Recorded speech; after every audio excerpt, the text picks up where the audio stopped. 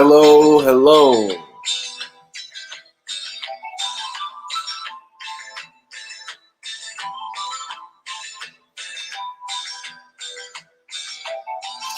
Welcome, everybody,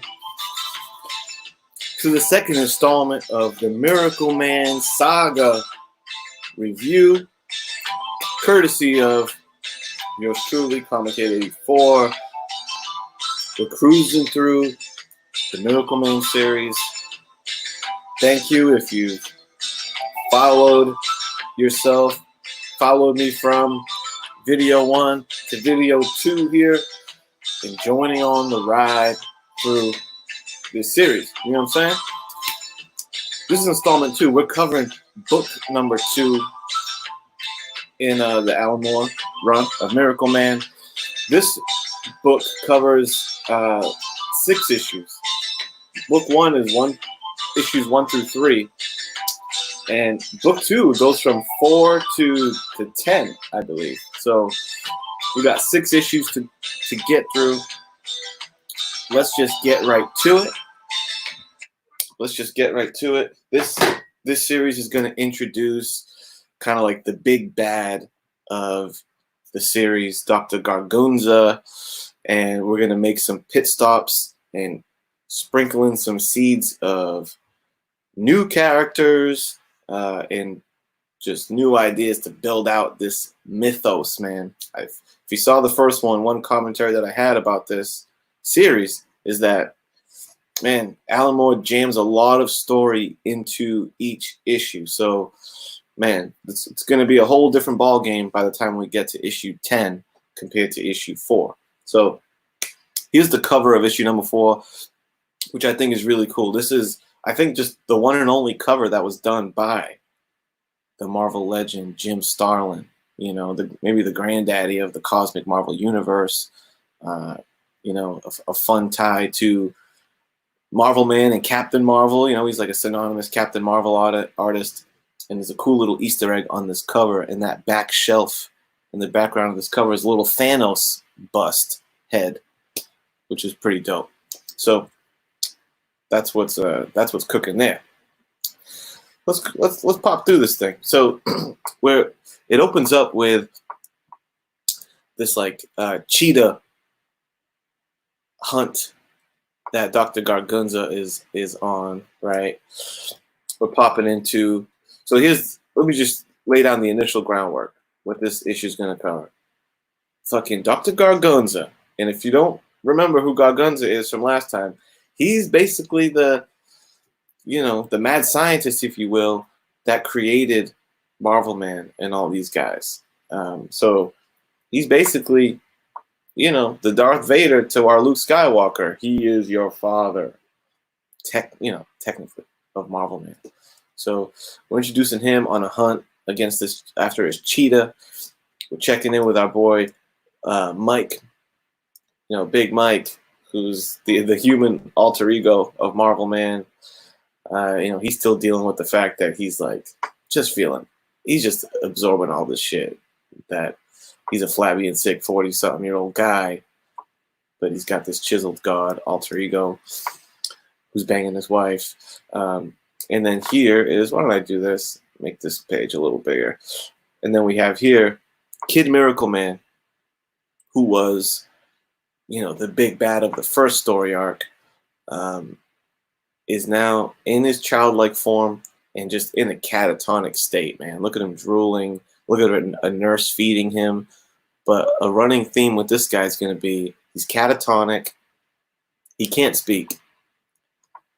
So he can't utter the word to bring back Kid MIRACLEMAN, who's like a evil fucker, But all the while in his subconscious, the Kid MIRACLEMAN is like taunting him, like, "Let me out, motherfucker! Let me out!" The devil on his shoulder, And then, boom! That's like I said, man, about the depth of the story. The first 4 pages introduce like 4.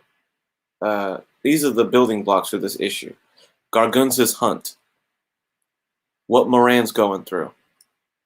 What's up with Kid MIRACLEMAN? Page 3. Page 4. My boy Cream. walking with a, government agent. And the guy's like, dude, you don't even know what you're getting yourself into messing with this Miracle Man. He's like, thing is, you made him an enemy. I made him an ally, brother. So it's pretty cool that he's kind of our guy Cream, who you could very well think he might have been a villain right off the bat when you first meet him, because he did kill a guy. He's in fact kind of an ally in the story. He's a gray character, and I love gray characters. So get this weird little scene where Miracle Man meets this random kid in the woods. I wasn't too big about that scene. But I think the purpose of that was to show us that he left home for a while, and when he came back home, look at this shit. The place is trashed. Liz has been kidnapped. What the fuck? So he's bugging out. Here's Liz kidnapped by Dr. Gargunza because she's pregnant. I love the body scan panels that are on this page. He's analyzing her, and he's after that baby. All right, he's after that baby, dude. That's what this is about. Cream rolls up. He's like, look, man, I had nothing to do with this. He's like, Cream, trust me. If I thought you had something to do with this, you think you'd even be breathing right now, dude? So Cream helps him figure out that it is, in fact, Gargunza that has the kid. And this book is really going to flesh out who this dude is, Gargunza, and his storyline. So and then they give you a little Golden Age story that Gargunza recaps. And he tells a story of like him shitting a brick one time when he almost popped out of the dream state and realized what was going on, but luckily he did not. Luckily for Gargunza. So that was kind of the first issue, introducing all that stuff.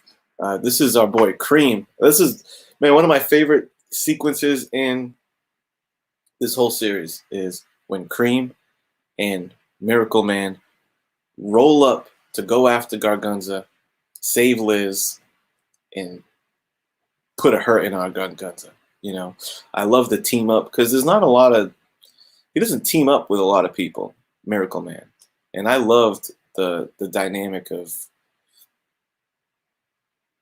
Cream and Miracle Man, because one thing you'll find as this book goes on is like Miracle Man is Superman, even higher level power set than Superman. He's like God level in this world. So as Miracle Man's,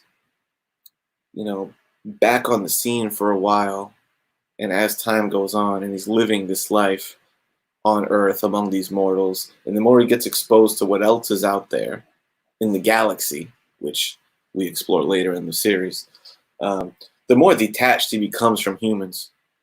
And the more he looks at humans, it's like we would look at ants,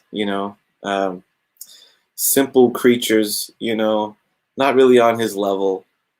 So I think that says a lot about fucking our boy Cream, who, he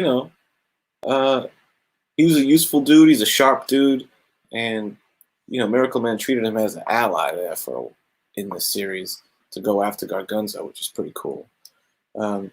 So what Gargunza is trying to do here, and the kind of grand scope of Gargunza's plan is revealed in these issues, where he's an older man and he is in his own quest for power is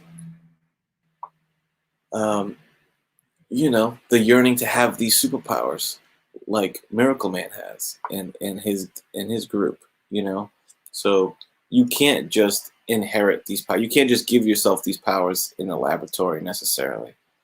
But the way he sees it is, if he finds himself a fresh infant with the power set of Miracle Man, he can basically inhabit the body of that child and boom, be God level, And he said that was the plan from the very beginning, bro, was to find a way to have a Miracle Man baby. And here it is, man. We get a little background on Gargunza. What's his deal? You know, he grew up, I think he's in South America. He was bullied as a young kid, you know, but he was always one of those guys who's like 10 steps ahead, very cunning businessman, while the people around him were just like brute strength type deal. So he came on board as like, you know, yeah, I'll be the accountant for your little drug ring. But before you know it, he just power played. That's what's showing right here in this page. He was like just the accountant nerd of the crew, but he didn't realize that Gargunza was power playing on his ass the whole time. And that boss, he ended up tying his ass up, having guys run train on his girl in front of him and kill him. So that's at like 14, 15 years old. He already got blood on his hands, you know. And he just had a meteoric rise, because he's a very bright, intelligent dude. You can see him rubbing shoulders with Heidegger, Hitler, you know. He's a world-traveled man. And here's the origins of how Miracle Man came to be and get those powers. He, in fact, came upon, there was like a crashed alien spaceship, right? And by snagging up one of the onboard aliens from that ship, that is, you know, by splicing genes and DNA from that alien species, is how they got their hands on the kind of technology to birth Miracle Man, you know. But there was only one crash landed animal, so it was a finite resource. They couldn't just go around making armies of these guys. And look at this. If you can see this panel here, I can't blow up the images, I don't think, but he's reading a Captain Marvel Shazam comic, which is kind of interesting. So, like I said, we got 6 issues to cover, so I'm going to kind of breeze through it a little bit, you know, to just kind of keep pace with the story. Miracle Man issue number 6 is a fun one. That green beast back there, all I got to say, 2 words: Miracle Dog. What? Miracle Man powered dog? How does that work? Oh, we're going to find out. So Miracle Man rolls up on Gargunza. He's like, bro, you know, he finds his wife. His wife's right there. Miracle Man's like, I'm about to fucking smash you right now. It's over. And Gargunza's just real cool, calm, and collected. And he's like, nah, I don't think you are, actually. And he says, Abraxas. He says a word. And sure enough, Miracle Man snaps back to Mike Moran as if he said the word Kimota. And he's like, what the fuck? Mike says, Kimota to turn back. Doesn't work. Apparently Gargunza ain't no fool. Since he created Miracle Man, it's like a failsafe. He has a failsafe in there, so he has his own word command that can turn him back, dude, and nullify him from doing it himself for like 24 hours, I think. Or 6 hours, 12 hours. It's like a certain period of time that he nullifies his ability to swap. You know what I mean? Then he introduces a little puppy, says the magic word, Steppenwolf. Boom, look at this. Great full page splash of the Miracle Dog. This massive green 4-legged beast. And then the art switches in this issue. Right at this point, enter one of my favorite artists from the series, Chuck Beckham. I like his clean line work, very tight pencils and ink work, and I just dug it. I was really into it when this guy came onto the scene and started illustrating the panels, you know.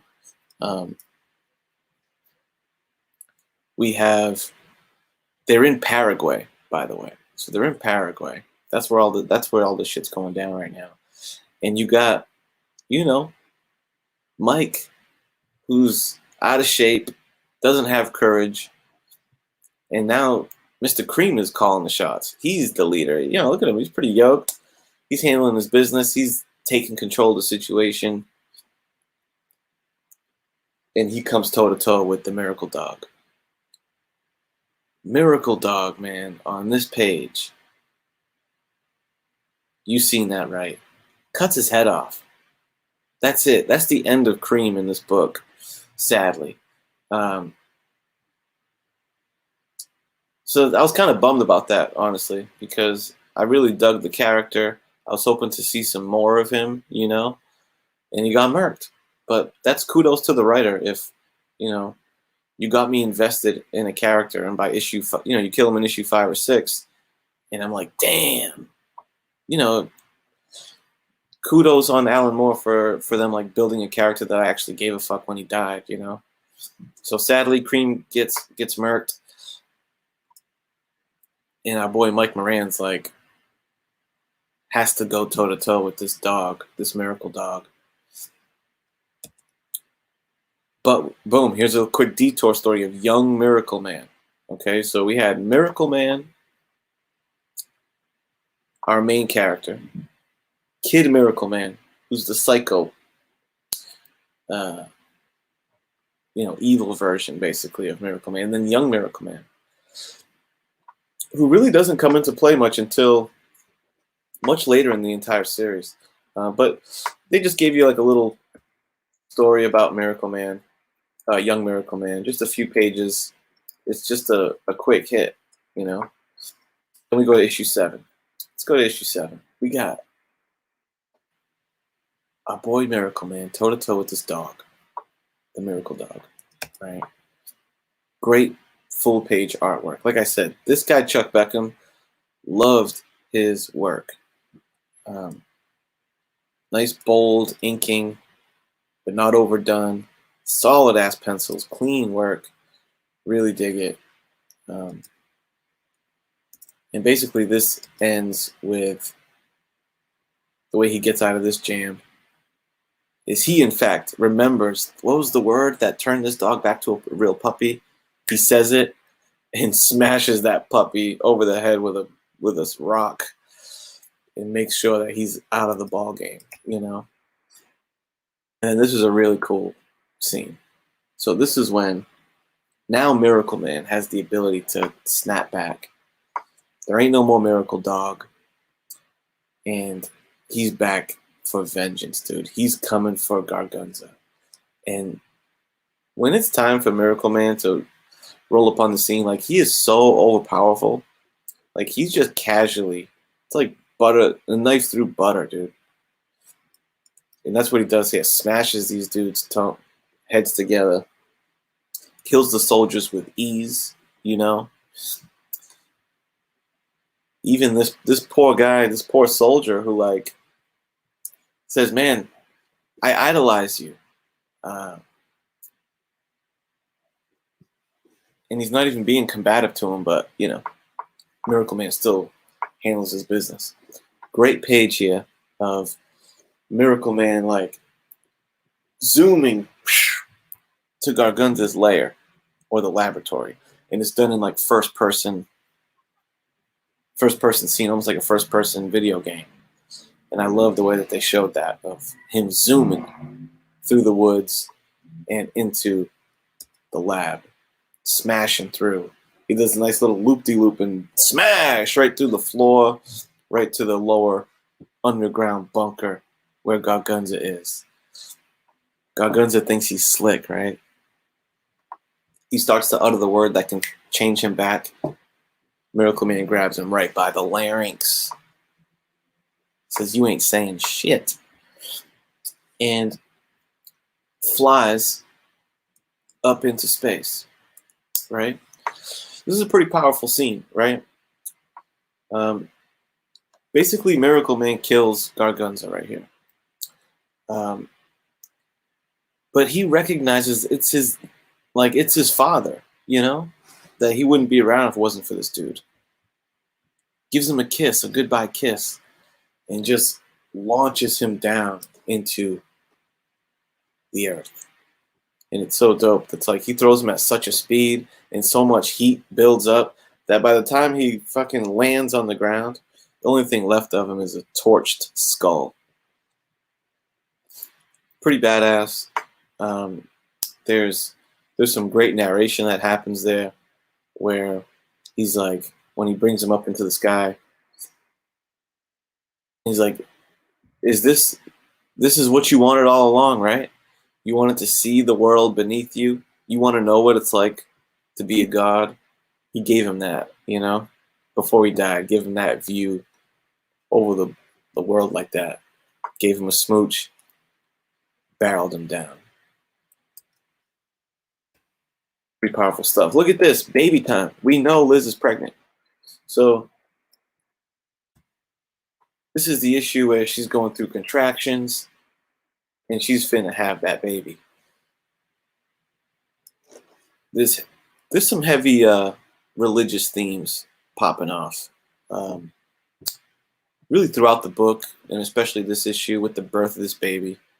Because it's almost like immaculate conception in a way of a god, MIRACLEMAN, impregnating a human woman.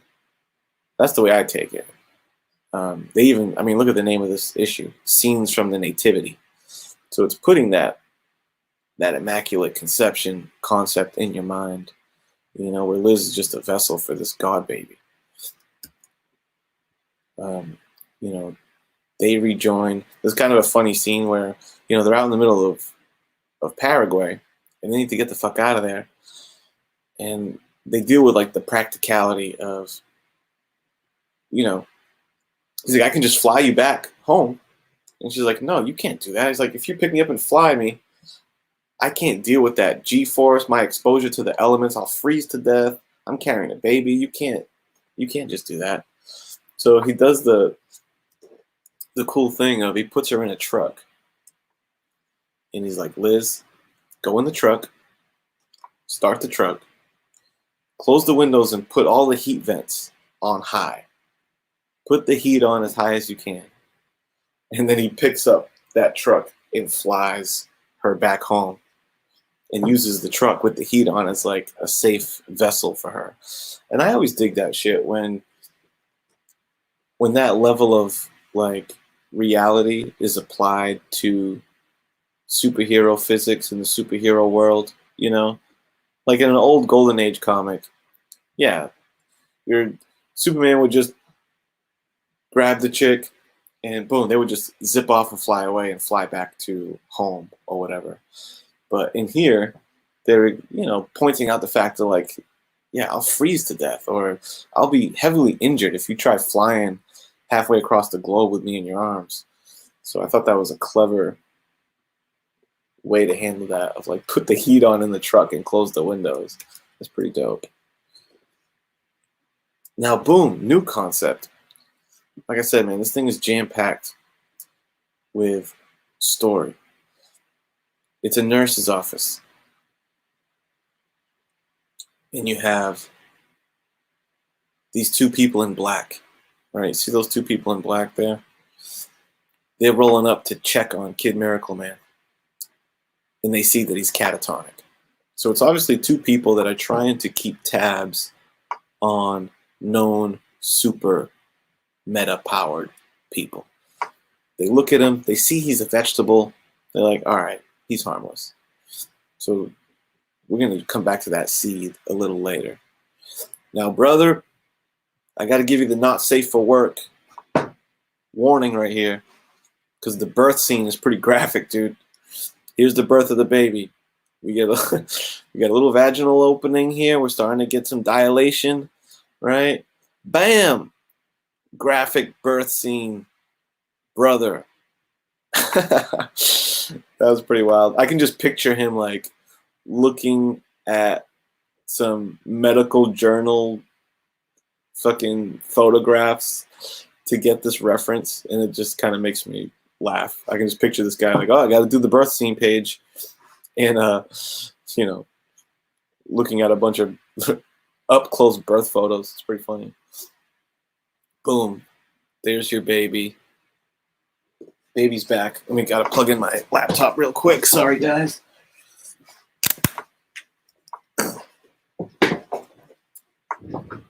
And here's where we start to realize this baby's a little different. This baby says, "Mama."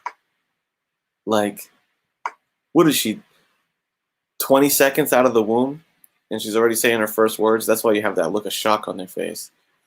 So that's when we start to know that this baby's going to be something different. And here's issue 10. We lose our artist that we had in those last issues that I like so much. When we go to this guy, Rick Vake.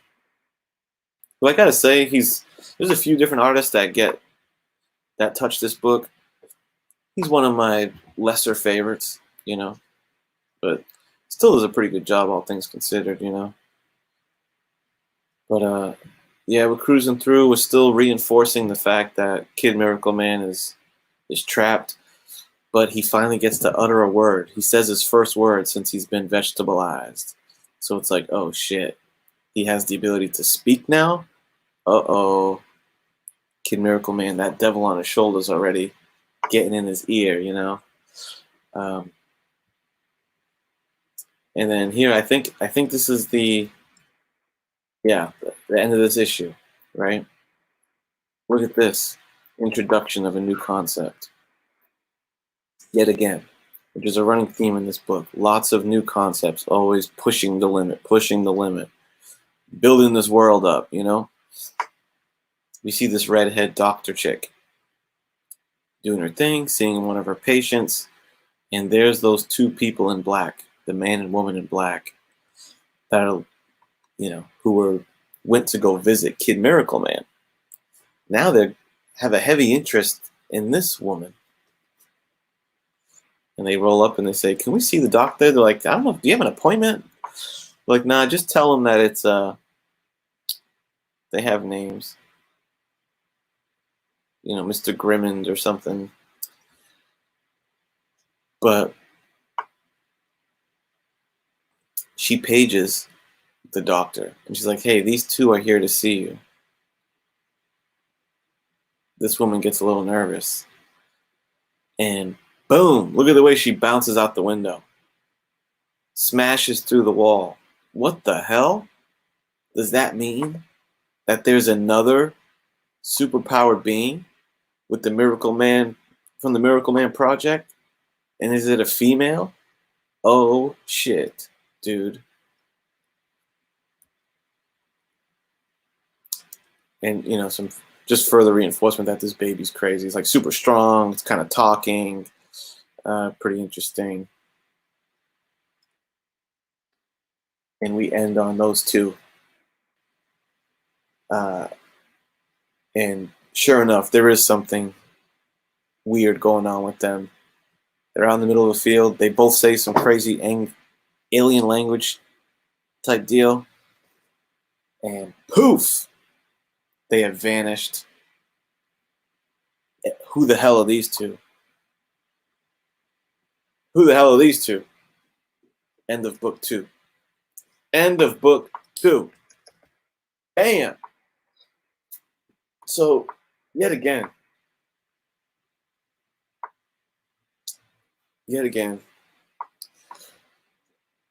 this comic manages to me, just like really keep it interesting.